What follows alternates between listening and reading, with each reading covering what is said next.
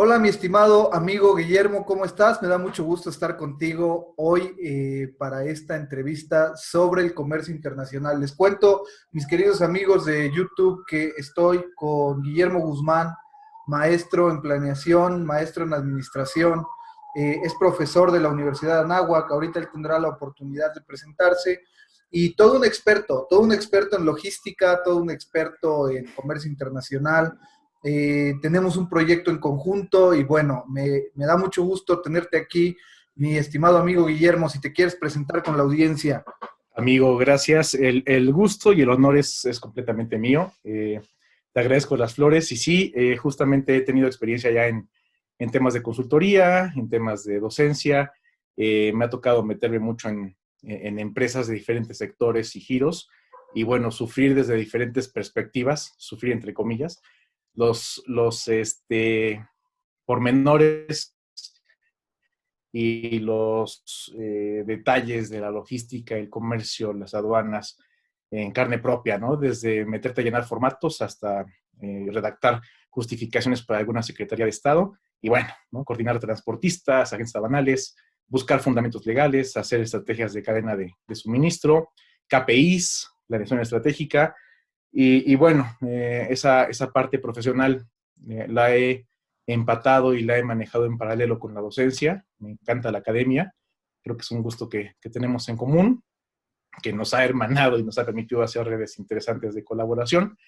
Y sí, ¿no? He colaborado pues en temas de sector privado, educación privada, pública y hasta consejero nacional de Ceneval, ¿no? Entonces, toda esta experiencia laboral y este amor por el comercio pues me han llevado también a esta pasión por compartirlo. Y este tipo de esquemas me encanta, me agrada, porque creo que podemos aprovechar las circunstancias, las plataformas y llegar a gente que de pronto tiene una duda, alguna situación y pues bueno, podemos solucionar esta inquietud o darle paso a conocimiento más especializado, ¿no?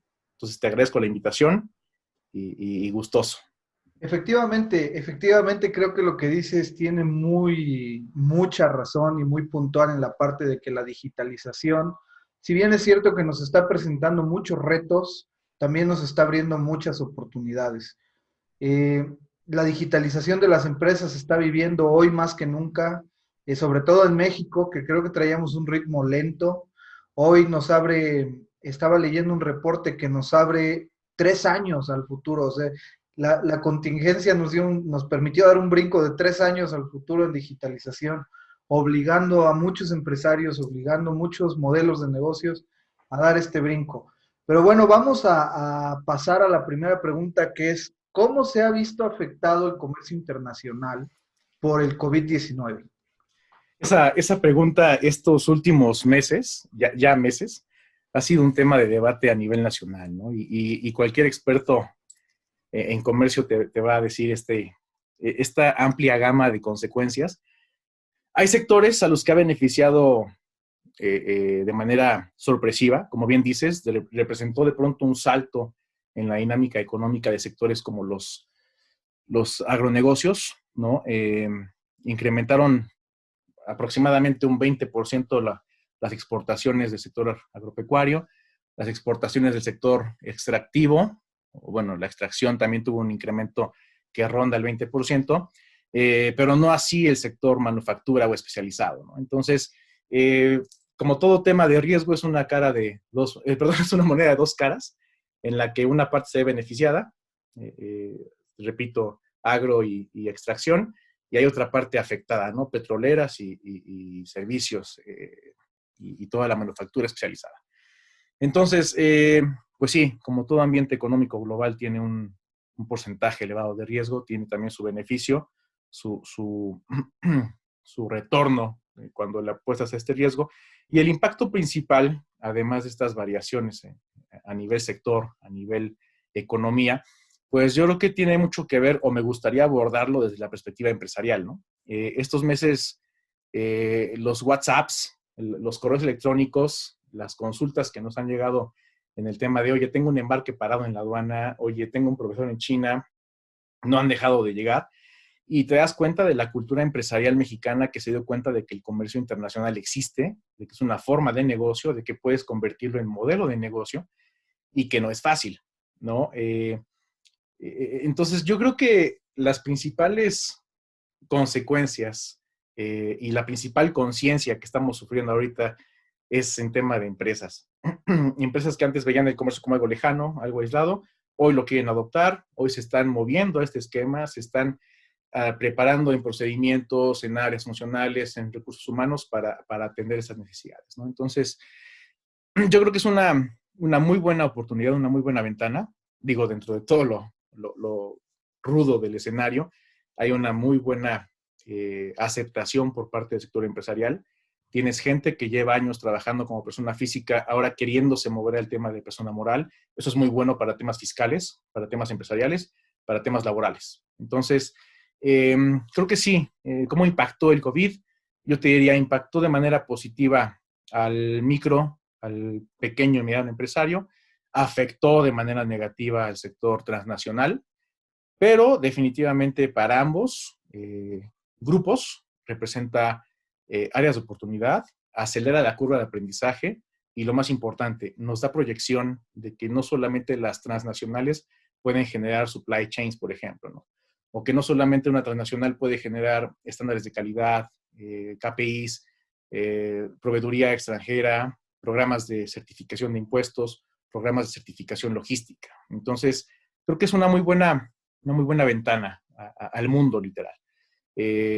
Hace, no sé, 5 años, cuando nos conocíamos justamente, pues veíamos que el tema de China era así, los chinos, y todo el mundo lo veía lejano, ¿no?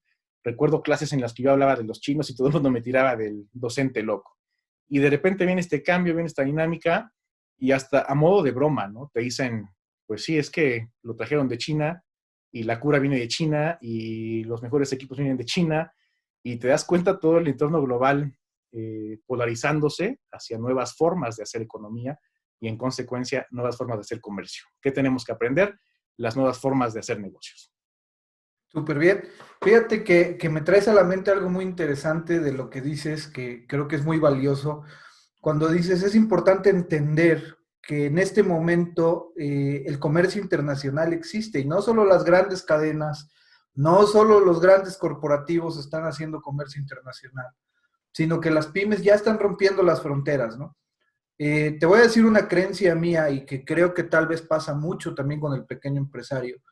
Y no sé tú qué me puedas decir o qué le puedas decir a la audiencia, que es cuando nosotros nos enfrentamos a querer exportar. Vamos a suponer que ahorita yo quiero exportar, no sé, pijamas, porque me di cuenta que en Europa la pijama de algodón o la manta peinada es como un producto muy consumido, ¿no? Y digo, no, pues me voy a topar con miles de requisitos, no sé cómo va a llegar mi producto, si voy a tener un punto de venta ya, cómo lo voy a mover, y pues eso es complicadísimo, mejor no lo hago, o no conozco la ruta para hacerlo, y entonces me quedo estancado tratando de explotar un mercado local que tal vez ni siquiera tiene ese potencial. Esto que comentas es el ejemplo más común, al menos en nuestra economía, y me atrevería a decir, pues de México hacia el sur, todo el south to south, hemisferio sur. Y sí, justamente va a romper muchos paradigmas, ¿no? Creo que muchos de los temas que tú traes manejando tienen que ver con ruptura de paradigmas, y esta temática del comercio, de la exportación, no es la excepción. Las pymes, por supuesto, mucho menos, ¿no? ¿Qué pasa? Justamente mencionas el tema de desconozco, no lo entendí, no lo comprendí, mejor lo abandono, ¿no? Y desde el 2008 a la fecha me ha tocado conocer gente que te exporta vainilla, que te exporta chía, que te exporta artesanías, eh, drones, insumos electrónicos, infinidad de cosas, ¿no? Que se producen en México o que son este pequeño eslabón de un ensamble mucho mayor en México. Cuando las pymes se empiezan a dar cuenta de que tu proveeduría de servicios, de bienes, de insumos, de partes, de accesorios, complementos, pueden rebasar el tema de un proveedor, de un intermediario, das el primer paso. ¿Cuál sería el segundo paso? Darte cuenta de que habemos especialistas para esos procedimientos. Y el tercer paso es encadenar, hacer una alianza con ese especialista con los proveedores de servicios, de agencia aduanal, de transportistas, de documentación, certificaciones, lo que quieras, para alcanzar ese mercado, para alcanzar ese segmento. Entonces, yo creo que mucho de lo que no se hace en temas de exportación es sí, por causa de esta falta de información del empresario, y segundo, la concepción de que los internacionalistas somos brokers o solamente intermediarios, ¿no? Y, y no, cualquier persona dedicada a aduanas, a logística, te lo puede decir. Yo soy parte de un eslabón. Sin un documentador, sin un dictaminador, sin un transportista, sin un montacarguista, sin un almacén, no funcionamos. Y a veces el empresario mexicano piensa que toda esa estructura de costos de exportación, toda esta operación internacional, no vale la pena, ¿no? Y es como todo en la vida. Me gusta mucho usar analogías de fútbol americano. Primer juego de americano, te golpean, te dejan en el piso inconsciente y tienes de dos. Te levantas y aprendes a defenderte o a esquivar o a golpear o salte del juego, ¿no? Entonces, tristemente, la cultura empresarial mexicana es, me golpearon, me salgo del juego, ya no quiero estos golpes. Siendo que existimos profesionistas y profesionales, ambos, dedicados a este sector, ¿no? Entonces, yo te diría que enlazándolo a la primera pregunta, creo que ahora mucha gente se da cuenta de esto, ¿no? O se hace consciente de esto a nivel pyme. Antes te decían, cualquier contador, cualquier ingeniero puede hacer un embarque. Tú y yo lo sabemos. Cualquier persona en su computadora puede hacer un pedido en Amazon o en cualquier plataforma que te venda libros, ropa. Pero no cualquiera te hace un encadenamiento de proveedores que llegue a un nivel de estandarización y, en consecuencia, de reducción de costos. Cuando el empresario mexicano se empieza a dar cuenta de que esta estructura de costos y este encadenamiento son realmente una primera exploración para conquistarte un nuevo territorio, créeme que vamos a tener a las empresas que menos te imaginas enviando mercancías a lugares innombrables como Uzbekistán, ¿no? Kirguistán, países que la gente pensaría, estos tipos están divagando, ¿no? Entonces, yo lo atribuyo a esta falta de involucramiento con perfiles como el de tu servidor, que cuando planteas el tema legal, documental, administrativo, logístico, espantas a la gente, ¿no? Pero creo que este tema de la contingencia puso muy a la vista de todos y de todas la importancia de los internacionalistas, ¿no? Entonces, potencial hay, empresas afortunadamente aún quedan, y profesionales de esta área somos muchísimos. Entonces, no veo un escenario negativo, al contrario, veo mucho potencial al respecto. Perfecto. Fíjate que me traes a la mente que en algún momento tuve la oportunidad igual de trabajar un proyecto para un exportador de vainilla, que bueno, no es mi área, yo soy mercadólogo, ¿no? Pero bueno, me tocó verlo, me tocó vivir ese escenario. Y el competidor principal era Tasmania, y sí me sorprendí mucho por lo que dices. De repente no nos imaginamos quién está compitiendo, en qué rubros y a qué niveles internacionales, ¿no? Y precisamente el competidor principal de vainilla en ese entonces pues, era Tasmania, y el cliente principal que todos le querían ganar era Coca-Cola, ¿no? Entonces, sí, muy interesante. Y me abre la pauta también lo que me dices de este movimiento de, pues, de embarques y de compras, que se ha vuelto una locura ahorita, porque pues prácticamente el retail se volvió digital y pues hay que mover toda esa mercancía a nivel global. Y bueno, ¿qué medidas? La pregunta sería, ¿qué medidas ha adoptado el gobierno de México para las aduanas ante esta contingencia? Excelente pregunta, amigo, porque esta es de las preguntas que más dolores de cabeza le generan al empresario, ¿no? y al medio. A título personal, te diría que las medidas que se han implementado son medidas no adecuadas, son medidas hechizas, son medidas temporales. Es entendible, a todos nos tomó por sorpresa esta situación, pero sí son medidas que están regulando la calidad, el aspecto técnico de las mercancías, bajo un argumento de salubridad y seguridad nacional. ¿Cuál es el problema? El problema no es regular este tema o este aspecto técnico. El problema es que tienes a un sistema de ventanillas, de trámites, de documentos, de burócratas que no están técnicamente preparados para esto. Entonces tienes dependencias que están generando formatitis, que están generando permisos, trámites que se generaron de la nada, con el afán de limitar o regular el acceso de mercancías al país.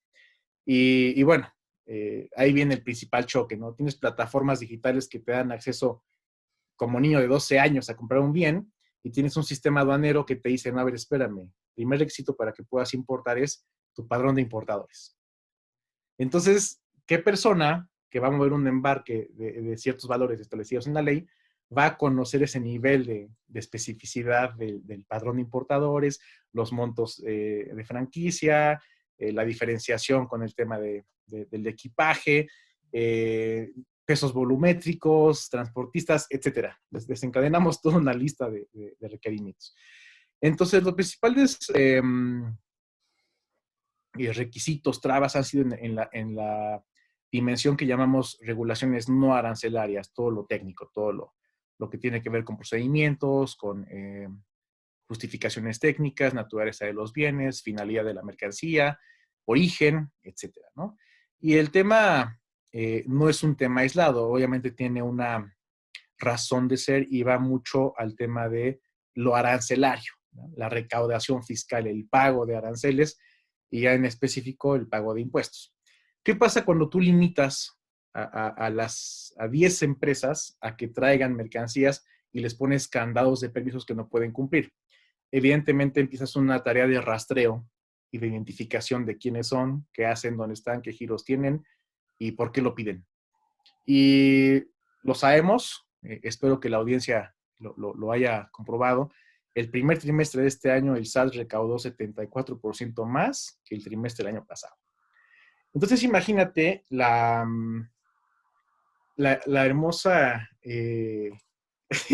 fuente de información que representa para el SAT este tipo de movimientos, ¿no? Que te digan, oye, no existía Juanito Pérez en el tema del IVA nacional, pero de repente me pide una solicitud para traer mercancías de China que son caretas y cubrebocas. Ah, ok. Entonces es un trabajo conjunto del gobierno en la dimensión Hacienda y en la dimensión economía, que te permite hacer una perfecta dinámica de embudo para identificar quiénes son, dónde están y qué quieren comercializar, ¿no? ¿Se presta para muchos efectos? Por supuesto. Pero el esquema que yo decía al inicio de no son las adecuadas, lo planteo bajo la perspectiva logística, bajo la perspectiva de mercado, de urgencia del bien. Si lo respondo desde la perspectiva gubernamental, regulatoria, fiscal y de protección a la industria nacional, te diría, pues se actuó bien, ¿no? Se protegió bien esta cascada, esta oleada de productos chinos que se justificaron mediante una demanda urgente y se actuó bien en el tema de frenar a quienes lo están haciendo y por qué lo están haciendo. ¿Tiene impactos en el sector empresarial? Por supuesto. ¿Tiene impactos en el sector fiscal? Obviamente, ¿no? Pero yo te diría que si lo vemos del lado empresarial, para los que trabajamos, al que pertenecemos, no han sido medidas adecuadas porque han frenado la competencia, han permitido el incremento de precios, han permitido el acaparamiento, lo que tú decías, ¿no? Despachos urgentes, almacenes atiborrados. Y bueno, espero que dentro de la audiencia haya 3 o 4 colegas que estén diciendo si es cierto, ¿no?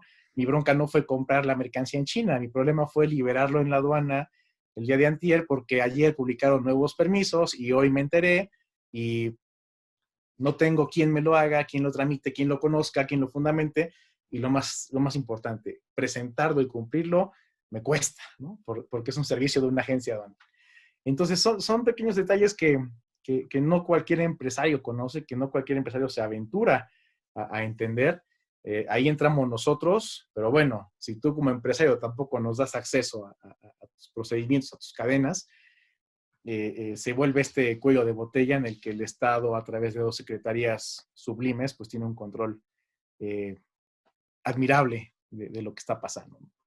Pues, me suena muy interesante y como dices, lo veo bastante positivo en términos de que hay una regulación que tal vez en un momento dado evite la competencia malsana, por llamarle de alguna manera, en donde los precios se puedan ir muy abajo debido al comercio informal. Y el comercio informal, pues a final de cuentas, cuando un empresario formal trata de competir contra ellos, pues está totalmente en desventaja. le es prácticamente imposible por el pago de impuestos y pues todo este movimiento que bien hace referencia. Y se me hace una buena medida de prevención. Como dices, creo que por lo que mencionas está hecha muy al vapor y le faltó contemplar toda la parte de comercialización interna, ¿no? O sea, bueno, contemplaste la parte de regular mi logística, por así decir, pero no contemplaste la parte de que pues me dejaste fuera de tiempos para yo poder ingresar a un mercado de forma adecuada. Así Entonces, es. me parece interesante. Fíjate que el comercio electrónico, y me traes a la mente el comercio electrónico, porque mucha gente ahorita me dice, oye Farid, ¿sabes qué? Quiero hacer comercio electrónico, veo que la gente, pues ahorita es el boom, todos tienen su tienda en línea.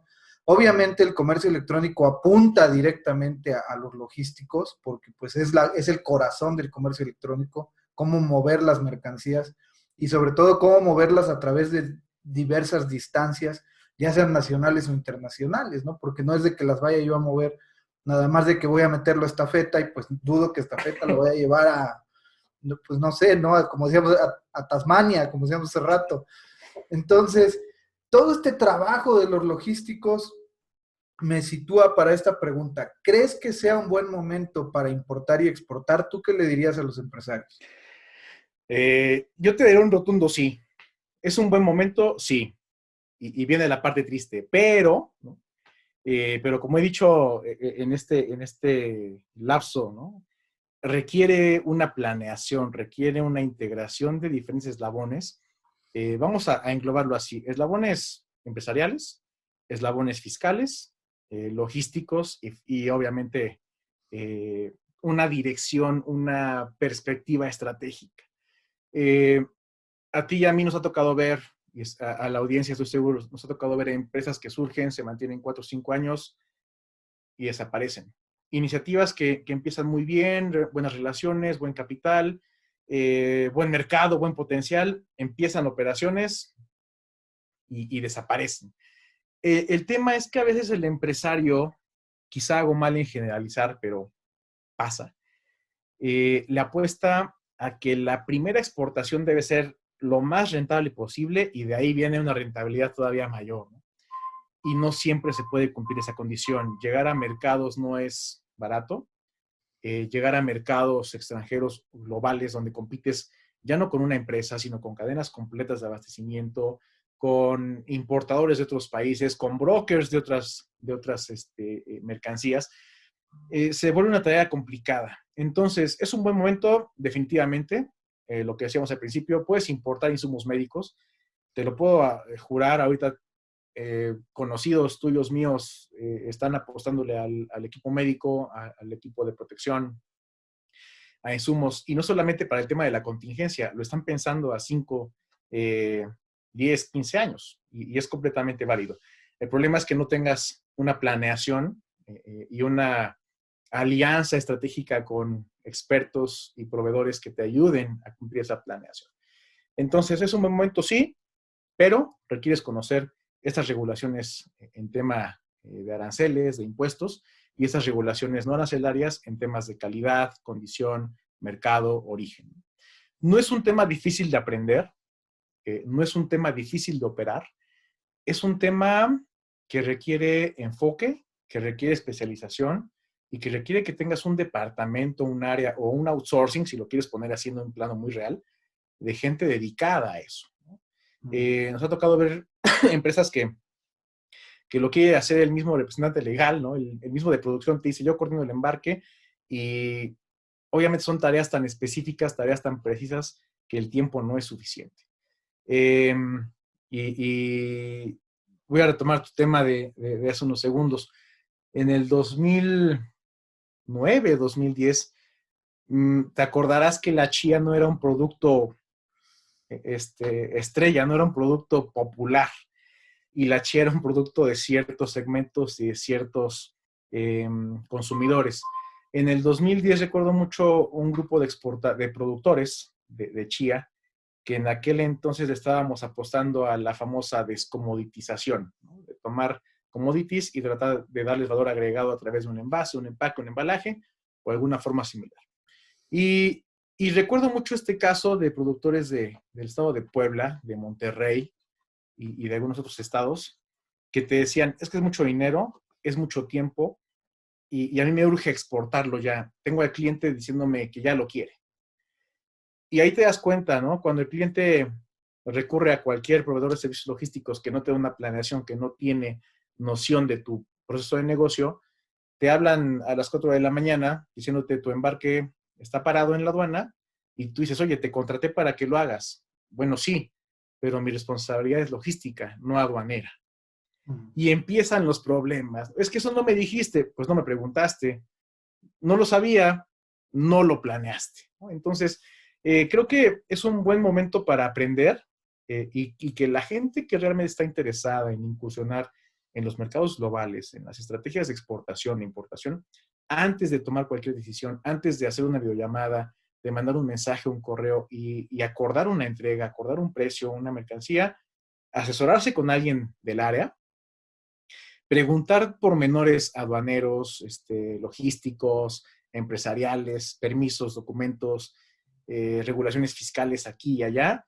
Y bueno, sobre eso, hacer una planeación como de cualquier otra área, como planeas recursos humanos, como planeas tus nóminas, como planeas tus contribuciones, como planeas mercadotecnia, ¿no? Envase, empaque, etiqueta, marca, como planeas tu área comercial, ¿no? Y llevas tus flotillas, tus CAMs.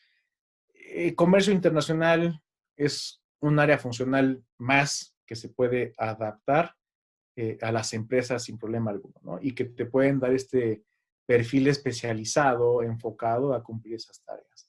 Entonces, es un buen momento, sí, definitivo, pero requieres, obviamente, acompañamiento, asesoría y una estructura funcional que te permita hacerlo. Súper, súper. Me traes a la mente a muchísimos empresarios que estoy seguro que en este momento han pensado mucho en importar. Lo que decías hace rato, por ejemplo, el tema de las caretas. Y me brincó también, ¿no? Decir 15 años, ¿qué vas a hacer si en 5 años tus caretas pues ya no las requiere el sector médico, pero tal vez las requiere otro sector, ¿no? Entonces, una buena planeación, precisamente como lo mencionas, es la clave del éxito. Creo también que en base a lo que hemos estado platicando ahorita, en México falta mucho por hacer y te pregunto a ti, ¿cómo están las plataformas de despegue, por ejemplo, los clústeres? Sé que aquí en Puebla hay un clúster automotriz, por ejemplo, que es una plataforma de despegue ya bastante desarrollada para las personas que quieren incursionar en el sector automotriz. Y bueno, te pregunto, en México, ¿cómo están las plataformas de despegue? ¿Cómo se está moviendo el comercio para facilitar las cosas de los empresarios? Ya no pensemos en términos gubernamentales, sino como las mismas estructuras comerciales que se van formando. Pues mira, definitivamente hay una estructura, definitivamente hay quien lo hace, quien lo puede proponer, quien lo pueda operar.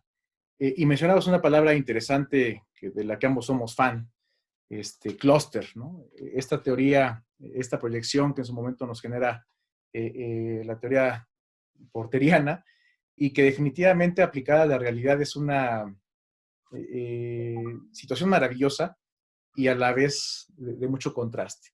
En México te encuentras nociones, estructuras primerizas, básicas de clúster, pero sí muy polarizadas, ¿no? En México tenemos una gran ventaja, una extensión territorial enorme, hermosa, de altiplanicies, mediplanicies, valles, depresiones, cadenas montañosas, climas diversos, en fin. El problema es que somos un país que logísticamente no está bien planeado. Entonces, ¿qué pasa si generas un clúster en Puebla y de repente hay un clúster, un parque industrial o un grupo de parques industriales más atractivos, más conectados y mucho más dinamizados en San Luis Potosí, en Guanajuato y en Querétaro? De pronto te encuentras a una transnacional que te dice, va, voy a poner mi planta por costumbre, por tradición en Puebla, pero por conveniencia, por conectividad, por cercanía con puertos, aeropuertos, voy a mandar otra planta a Guanajuato, ¿no?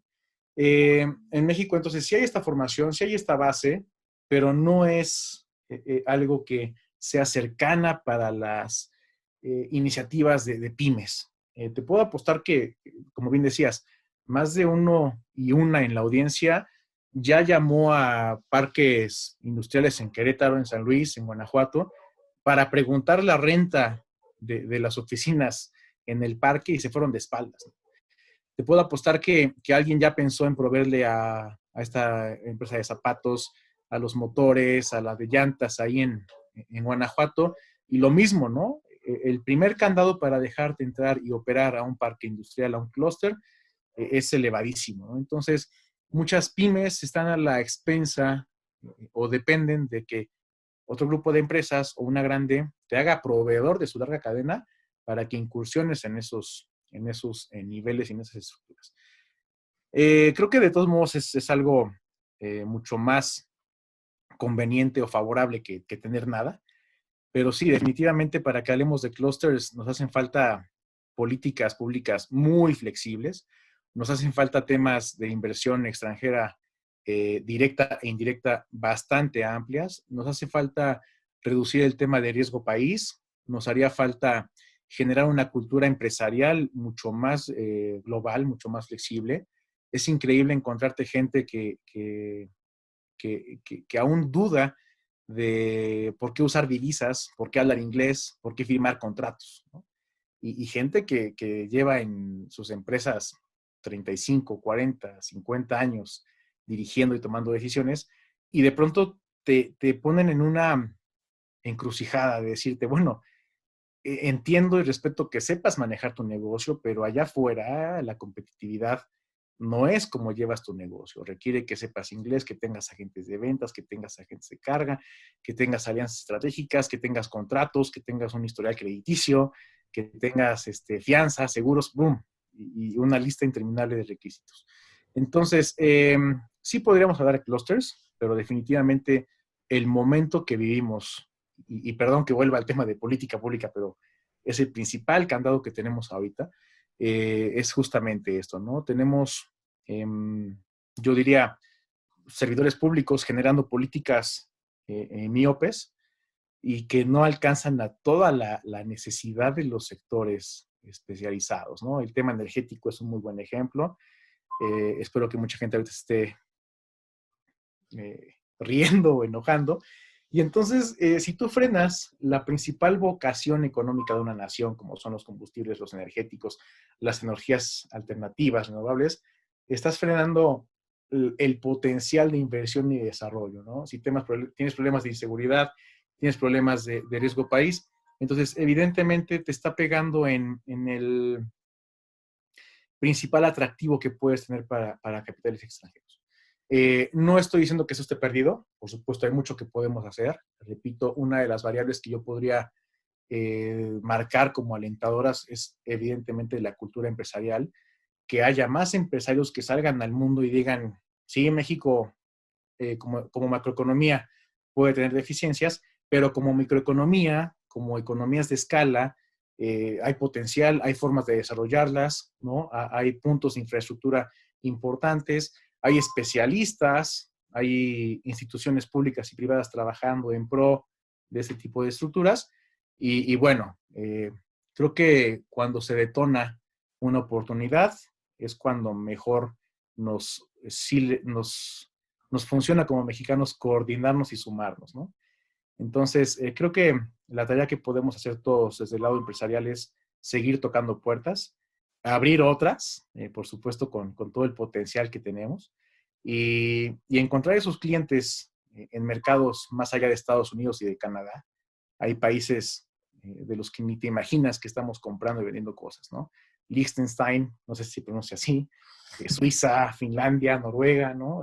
Mexicanos que radican en esos países que te dicen, oye, aquí hay demanda, aquí hay forma, aquí hay oportunidad, mándame insumos, componentes, y pasa, sucede, una o dos empresas se encadenan, pero bueno, ya no crece más el tema de la oportunidad justamente por cultura empresarial, ¿no?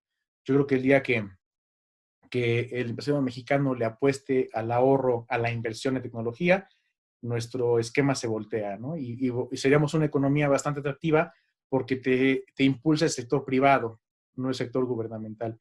Y entonces, tal como lo marcan muchos modelos económicos, macroeconómicos, empresariales, la política pública tiene forzosamente que flexibilizarse hacia lo que te está dejando el principal ingreso, ¿no? Nos pasó como país y dado que no ha habido otro eje importante o más importante que el petróleo, pues seguimos en estas políticas de los 40, ¿no? El día que aeronáutica, que, no sé, marina, tecnologías empiecen a despegar y tengan estos pequeños brotes de genialidad, de curiosidad, créeme que el esquema nos cambia.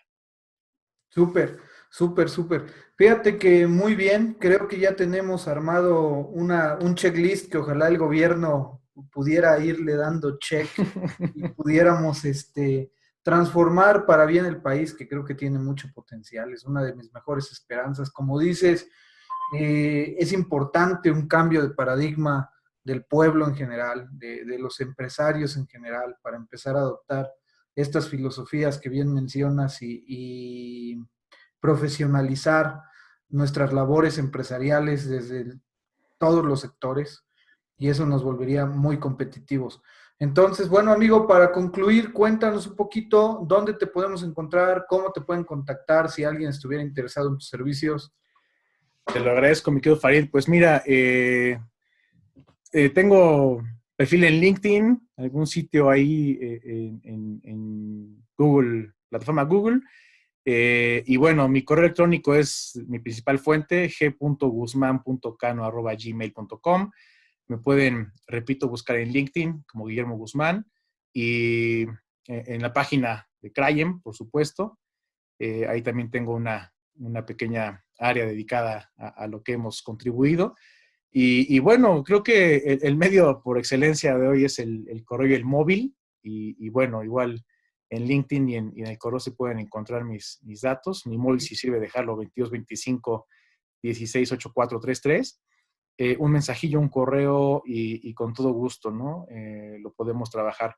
En Facebook también estoy incursionando. Tengo ahí una pequeña página que me ha permitido llegar a segmentos, sobre todo jóvenes, estudiantiles que se están involucrando en esto, que es comercio y pensamiento logístico. Y bueno, estoy probando ahí plataformas para llegar a diferentes públicos en sus necesidades de información.